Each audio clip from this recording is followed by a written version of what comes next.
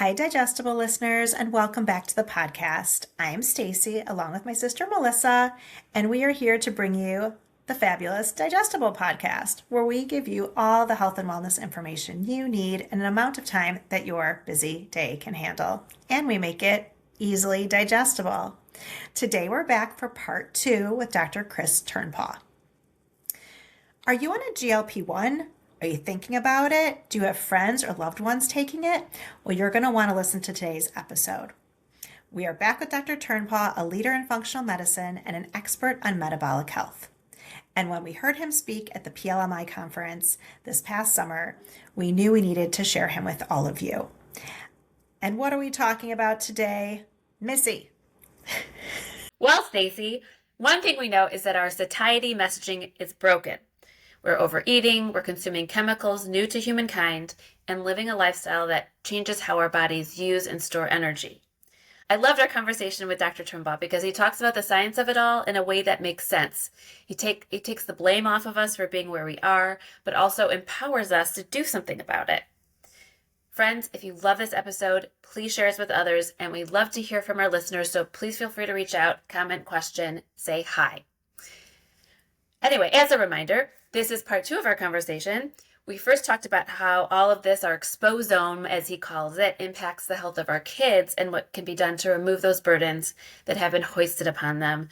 And this week we are sharing the part of the conversation that is all about our health. I love how Dr. Turnpaugh explains things and empowers us to change while giving us grace and empathy. If you want to understand what's going on here with our immune systems, our weight, and our cardiovascular and brain health, listen today. It's a great episode, and enjoy. Let's talk about the metabolic issues, since we just kind of naturally went in that direction. So, I mean, you'd have to be like living under a rock to know or to not know that the GLPs are everywhere. People are using them full dose. People are microdosing them. I hear constantly of like the young adults and teenagers that are using them.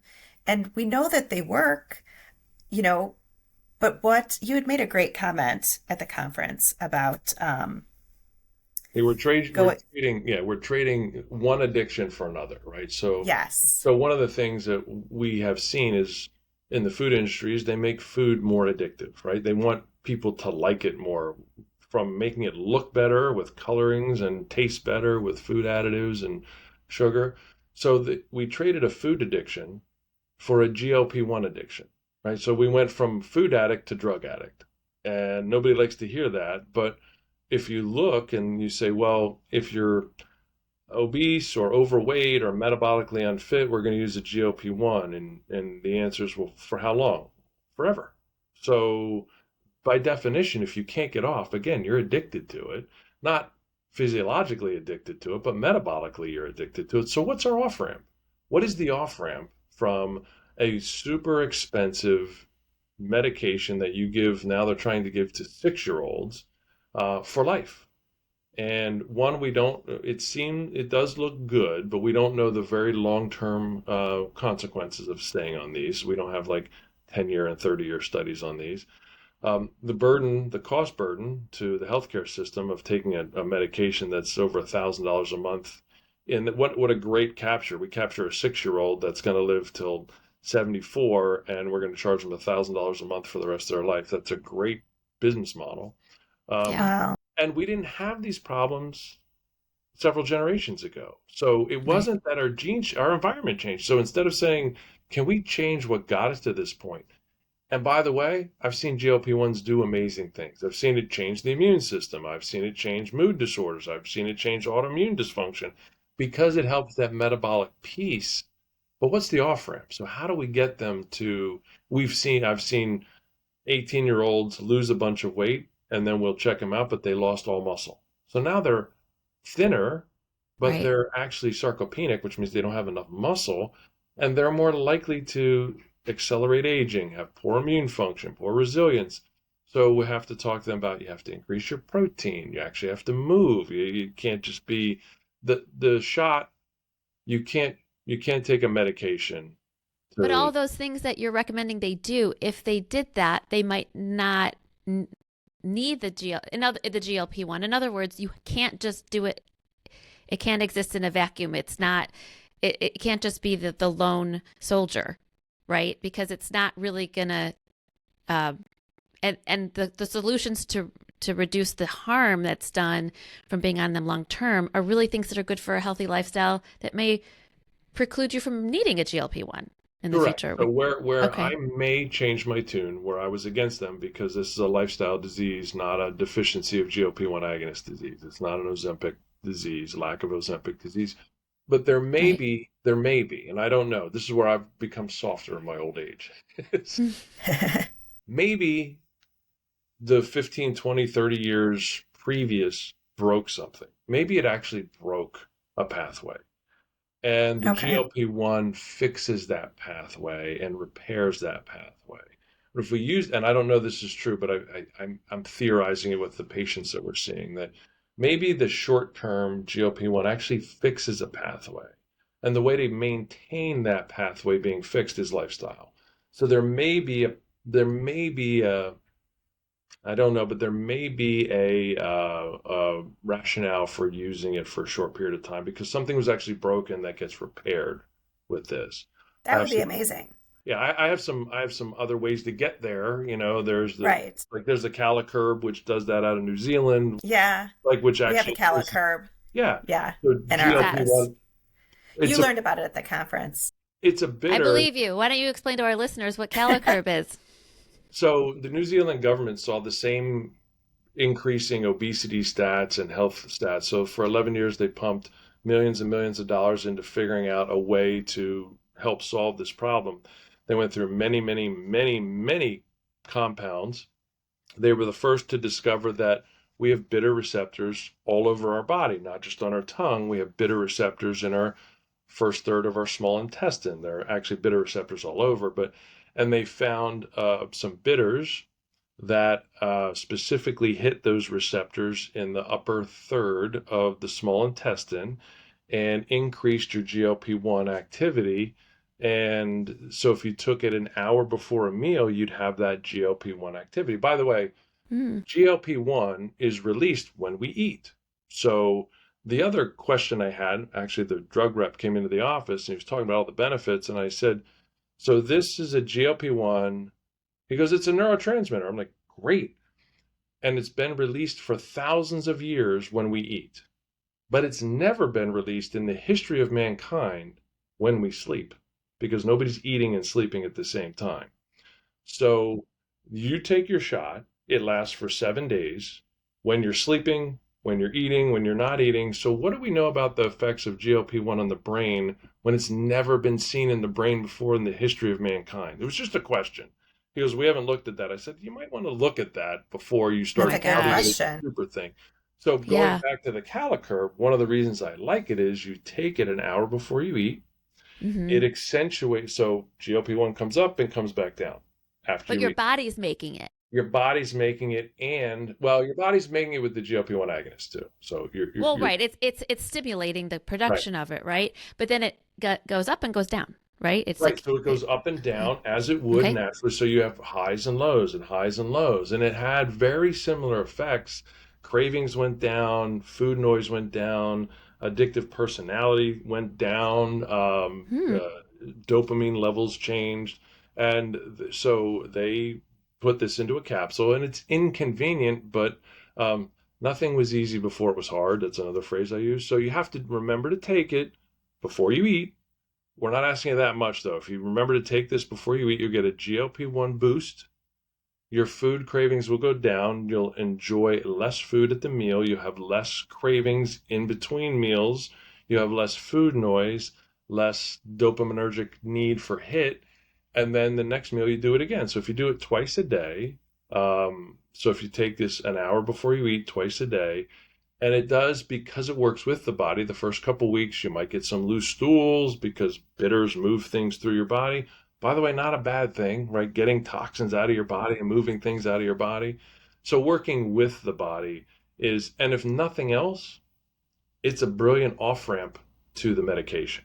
It's a way to say, hey, we can use the Cali-Curb to get you off of this expensive medication to get to a point where you're off the Cali-Curb because you have lifestyle intervention. And how do we do that? Well, let's not expose ourselves to obesogens, like the chemicals that cause obesity and cause metabolic dysfunction. Can we get rid of some of those endocrine disrupting compounds? So again, can we clean up our diet, our ultra processed food, refined foods, and get some activity? And while you're doing all this, you need to stay active, because when you lose weight, you're losing muscle. Right. And muscle Right. is metabolically active. It drives energy. It's muscle Right. does so much more than just move our joints. So So if you're building muscle, you're also creating this machine that's better at burning fat. yeah, so adipose tissue doesn't really burn fat. Muscle tissue burns a lot of fat. It's metabolically active tissue. So just sitting here with, if I have more muscle, I'm burning more calories. If I have less muscle, I'm burning less calories, because muscle burns fuel, as Now does I our do brain. have to I have a good friend who's on a GLP-1 and she was my skinny friend from college. Like she was always super thin. And somewhere like in her 40s, I think, she started to put on a lot of weight and have all this autoimmune stuff happening. And she couldn't seem to get it under control. She was like a pretty high-powered like executive, so she worked a lot of long hours. But now that she's on the GLP-1, she's like, I don't think I can ever go off of it because all of her autoimmune problems are gone and she's thin, but she's working very hard to make sure that every meal she eats, because she's not that hungry, is like protein first, like protein and vegetables, protein and vegetables. So she's working really hard at it. I just don't know like how hard are like is everybody working at it that's on the GLP-1s? Well, a couple points you made there. One, you have to work really hard. You can't just take the shot and sit by in silence, because you have to work at it. Two, she had fear is the enemy of health, right? So she's afraid to go off the GLP-1 because her autoimmune is coming back. What the dialogue could be is, you're now moving and exercising. Have you cleaned up your diet, which puts you in this situation? And do you get proper rest? The immune system is incredibly adaptive. It changes. So if you quiescent that autoimmune signal and you calmed it down, the fear is it's going to come back. What evidence do you have that it is going to come back? Now, I would say clean up the rest of it. Make sure your diet is clean and get everything clean, and make sure you're not stressing yourself too much. But you were healthy and you became autoimmune. There's no, you can become autoimmune and become healthy again and not need the GLP-1. So, and then you're Okay. not addicted to the drug, right? So That's good advice. Yeah, I I think it's would, one of those things where it sounds like some of the doctors who were concerned about GLP-1 see the immediate health benefits that are like, really concerning, like sleep apnea or cardiovascular issues or, diabetes. But then once those are quieted, it's the idea that now you have to go live your life in your body. GLP-1s forever is not the solution. This was just sort of to like tamp the emergency. It's no longer an emergency, but you still have to move, get sunlight, work on your sleep and all those things so that you end up back here again, right? it's the same adage of give a man a fish and you feed him for a day, teach a man to fish and you feed him for a lifetime. Or the Okay. analogy a lot Right. of patients is like, if you're in a lot of debt and somebody pays your debt off, it doesn't teach you how to not get back into debt.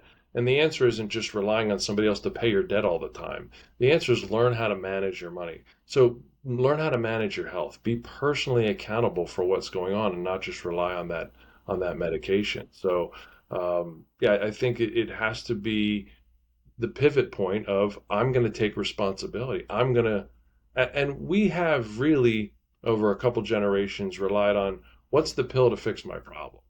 And whether we're talking Right. Yeah. about heart disease or obesity, I don't want to get too deep into it, but there's glycosaminoglycans that are in your artery walls that also lead to osteoarthritis. So, if you have wear and tear in your joints, osteoarthritis, and it's wearing and tearing in your joints, you're promoting cardiovascular disease, the number one killer in Really? America. Yes. So just that inflammatory piece is driving cardiovascular disease. It's more than just cholesterol. It's inflammation. It's inflammation that drives that. So if you look at the whole pathway, the common pathway of osteoarthritis or wear and tear arthritis is very similar to the pathway of cardiovascular disease and blocking of the arteries, those come down to inflammatory pieces. And then, Right. so we would say, instead of, take an arthritis medication or get a joint replacement or take just a statin, we'd say, what's driving the inflammation? And again, we're going to come back to the same things. You haven't moved, but you're eating foods that are inflammatory. So, man, if you want to reduce your risk of needing a joint replacement and you want to reduce your risk of needing a cardio stent in your heart or having a heart attack, and you want to reduce your risk of cognitive decline and Alzheimer's and all those type of things, common core. What really works is, what's the common denominator? It's inflammation. And how do we Mhm. reduce inflammation? I've heard that before. That inflammation is like the cause of all the bad things. It is. And we know what causes inflammation. We know stress causes inflammation. We know sugar does. We know, processed foods do. We know environmental toxins, depending on the person and their sensitivities, can cause a whole range of inflammation. And so we have, these things that we know about.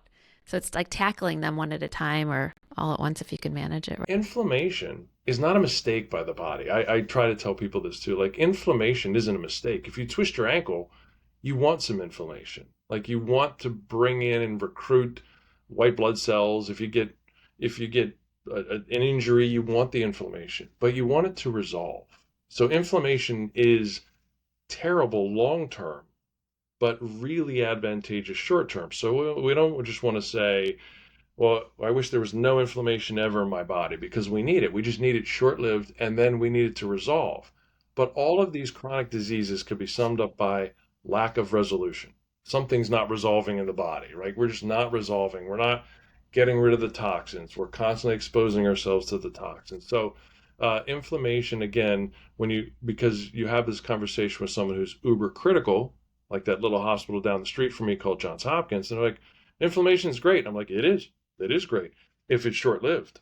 Inflammation over time leads to heart disease, osteoarthritis, cognitive decline, autoimmunity, decreased ability to fight off the common cold. That's That thank you. reminder. Yeah. Yeah. Stacey, you had a question. Yeah, it's good to remember that, because Yeah. everyone does Well, think same inflammation thing with bad. the omega-6.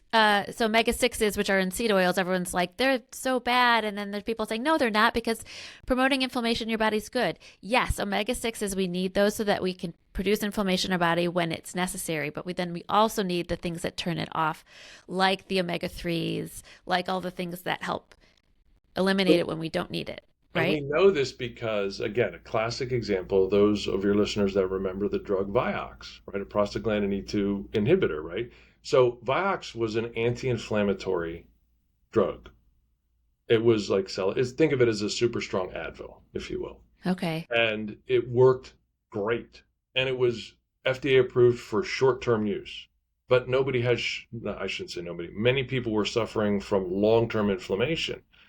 When they took the Vioxx, which blocked that inflammation and blocked the normal pathways, people were getting heart disease and dying.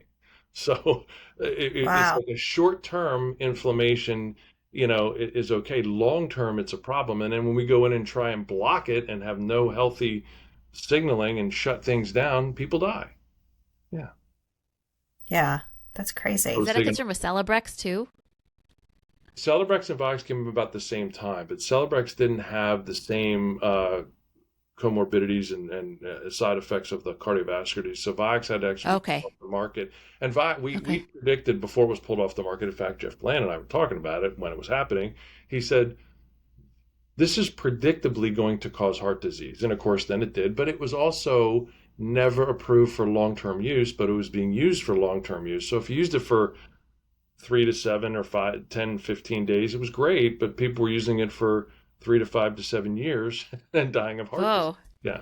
Wow. Yeah. It sounds like, I feel like that happens a lot. Like, even with like the PPIs, it's like, well, they're studied for 14 days, but then people are on them for like 10 years and they can't fix their gut. I would even go even a step further, which is, I know it's maybe a little bit of a pivot, but it kind of plays into this endocrine disrupting compounds and all that kind of stuff. The birth control pill. The birth control pill is, in my opinion, terrible, but it does prevent pregnancy. So, but it was never studied more than 7 years because it was never designed to be taken for more than 6 to 7 years. And that is not that, talk about something that is used, oh, you're having painful menstrual cramps, you have dysmenorrhea, you're 15 years old, we're going to put you on the birth control pill. And Yeah. instead of saying, For how do 40 we years. fix this problem? How do we fix this problem? And then I had a patient who came in recently for PCOS, another reason she's been on the birth control pill her whole life.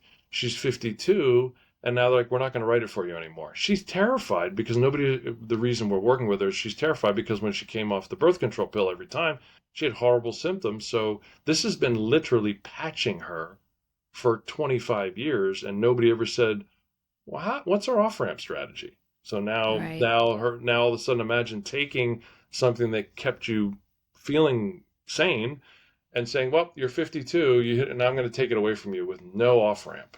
So Yeah. yeah, Oh, Yeah. we need to do better. We need. So I want to ask you a question. Um, so let's say you're seeing someone like Missy or I, and we're into all this, right? We eat clean. Our cleaning products are clean. We exercise, we sleep, get sunlight. we get sunlight, we forest bathe, we do all the things, but yet we have aging bodies, right? We have probably some arthritis in our bodies. Like, we don't want to take medications. What do you do for people like us who are doing all the things, but still our bodies are aging? Like, are there things we can do to feel better? Are there supplements or something else that we're missing? Yeah, there are things you can do. I would first have. I'm going to cut to the chase because I don't have an hour to have a consult with you, but I would say you're going to age. So, I mean, we can't stop aging, like we're not going to Right. stop aging. So, what are your goals? You're like, well, if your goals are to look like you were when you were 18, I'm not that's an unrealistic goal. But if you want to slow the aging process down, if you That. want, yes, and if you want to slow the disease process down, what we do is we do a whole battery of labs and look at certain things and see what can be optimized. Um, Simply, are your mitochondria working correctly? But are your hormones balanced? Why aren't they balanced? Some of that can go to, like, you think you're doing all the things right, but is your microbiome out of balance? Are you eating foods that do you have a functioning healthy gallbladder, which is where the bile flows, the toxins go. So if you're not getting good bile flow, you're holding on to toxins. And there's an old phrase, the solution to pollution is dilution. It's not elimination, because you're not going to eliminate pollution because it's out there. So the way you dilute it is to reduce your exposure. The other way you dilute it is have a really healthy liver and really healthy gallbladder. And there's a phrase in medicine that if you're 40, fat, female, you don't have a gallbladder, right? It's a harsh statement, but that's what they teach. And well, if you don't have a gallbladder, you have lost a very important way to remove toxins from your body. So now your toxicity is accumulating. So you need to have a healthy gallbladder. You need to have a healthy digestive system. You need to eliminate your toxins. Um, and so we'd ask the questions like, do you have a health? Is your gallbladder functioning correctly in many different ways? Do you have healthy stools? Are you getting things out? Do you sweat? Which it sounds like you do because you work out. What's your intake? And then what are your hormone levels? Because there are still times where we can support pieces in your body, inflammation. My inflammation is great, but sometimes you have an injury 10 years ago that never fully resolved, right? And that led to arthritis. Well, if you had an injury which led to a biomechanical issue in your knee, and your knee was bothering you, it's constantly giving off an inflammatory signal, these cytokines or these little messengers. And that doesn't just go to your knee, it goes to your body, which correlates back to, well, if you have this chronic knee pain from arthritis from an injury a long time ago, even though you're doing all the things right, you have a generator of inflammation in that knee, which precludes you to cardiovascular disease, as we said before, because you have inflammation. So is there a case in that scenario where you can take certain herbs or natural substances to reduce that inflammatory cascade? So can we reduce inflammation naturally through foods or supplements to reduce that inflammatory effect? Because I may not be able to go back and fix that knee because it's a little bit off, but I can reduce the effects of the inflammation of the knee, which will give you benefits for cardiovascular disease and dementia, but also give you benefits for the knee pain. So, Wow, you don't think about how a knee injury can lead to dementia, Right. but that's amazing. Okay, well, we've taken up about an hour of your time, and we usually close with 2 questions. So we're going to try to wrap this up, but we really appreciate all this great input. So thank you. Yeah. So well, first of all, if you could give our listeners one takeaway from any of our discussion points today, one thing that they can do, what would it be? Yeah, I think if you can hold yourself a little bit more accountable to your lifestyle. I mean, really, there's a lot of people that can guide you. And I tell a lot of patients, I'm not your God, I'm not your dad, I'm your coach. Right? I'm not telling you what to do, but I'm encouraging you to what to do. The more you can take ownership of, it's not me going to somebody getting a pill, it's me taking accountability for my habits of lifestyle change. I think that is super important. And I don't think perfect is the enemy of incrementally correct. Pivot a little bit, do a little bit, and try to keep doing a little bit more. Try to eat a little bit cleaner. Try to get a little bit of sunshine. Try to move a little bit more. Try to get to bed at your sleep hygiene is super important. I think making pivots, and then again, consistency looks like nothing is happening until one day it suddenly does. So you just wake up one day and you're like, oh, by the way, I'm now doing better, but it didn't happen from Tuesday to Wednesday. It happened from doing it consistency. I tell a lot of patients, compare your seasons to seasons, meaning compare your springs to your springs, because change doesn't happen overnight like a bump on the head. It happens over time with consistency. I like Great. that. Thank you. Yeah. That's a good one. The last thing we like to ask our guests is, so here at the Digestible Podcast, we always say, don't panic, just pivot, which you used that word a lot today, which we love. Would you like to share a pivot that you've made in your life recently that you're proud of? Yes. So, because I'm a patient, I'm a patient as well as a clinician, and I work long days. I spend a lot of time in the office. It's my passion. And so I eat really well. My sleep is really dialed in.